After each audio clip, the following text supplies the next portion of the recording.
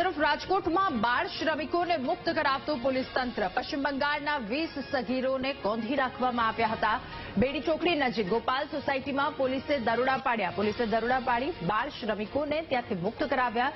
ઇમિટેશનનું કામ કરાવવા માટે શ્રમિકોને અહીંયા લાવ્યા હોવાનું અનુમાન હાલ લગાવવામાં આવી રહ્યું છે। એસઓજી અને સમાજ કલ્યાણ વિભાગની આ સંયુક્ત કાર્યવાહી બાળ શ્રમિકોને લાવનાર ઠેકેદારો વિરુદ્ધ પણ કાયદેસરની કાર્યવાહી હાથ ધરવામાં આવશે। આ સાથે બાળકોના મેડિકલ ચેકઅપ સહિતની કાર્યવાહી પણ શરૂ કરાઈ।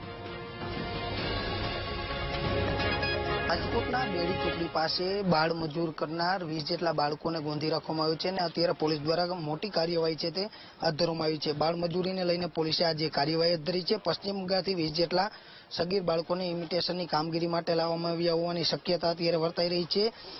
એસઓજી પોલીસ અને ટ્રાફિક હ્યુમન અને સમાજ કલ્યાણ વિભાગની અત્યારે ટીમ છે તે અત્યારે સ્થળ પર પહોંચી છે અને આ દ્રશ્યો છે રાજકોટના બેડી ચોકડી નજીકના કે જે એક મકાનમાં ગોંધી રાખવામાં આવ્યા હતા 20 જેટલા બાળકોને। પોલીસે તમામ બાળકોનું મેડિકલ ચેકઅપ કરાવીને આગળની કાર્યવાહી હાથ ધરશે। આ દ્રશ્યો હું આપને દેખાડી રહ્યો છું કે જે અત્યારે આ મકાનના જે દ્રશ્યો છે કે જે તેમને રાખવામાં આવ્યા હતા ત્યાં અત્યારે ક્રાઇમ બ્રાન્ચ એસીપી સહિતના તમામ અત્યારે આ દ્રશ્યોમાં જોઈ શકો છો કે તેઓ અત્યારે મકાનમાં જઈ રહ્યા છે જ્યાં બાળકોને ગોંધી રાખવામાં આવ્યા હતા અને તે જ હું આપને આ દ્રશ્યો દેખાડી રહ્યો છું। રાજકોટ એસઓજી સહિતની તમામ ટીમો છે અત્યારે પહોંચી રહી છે। આ જે દ્રશ્યો છે રાજકોટના કે જે પોલીસ દ્વારા બાળકોને બાળમજૂરી માટે લાવવામાં આવતા ઠેકેદાર વિરુદ્ધ પણ કાર્યવાહી કરવામાં આવશે અને રાજકોટના સીધા આપ દ્રશ્યો જોઈ શકો છો કે અત્યારે 20 જેટલા બાળકોને જે મકાનમાં ગોંધી રાખવામાં આવ્યા હતા રાજકોટના તે રાત્રિના સમયે અત્યારે મોટી કાર્યવાહી છે તે અત્યારે એસઓજી પોલીસ દ્વારા કરવામાં આવી રહી છે। Rajkot SOG police human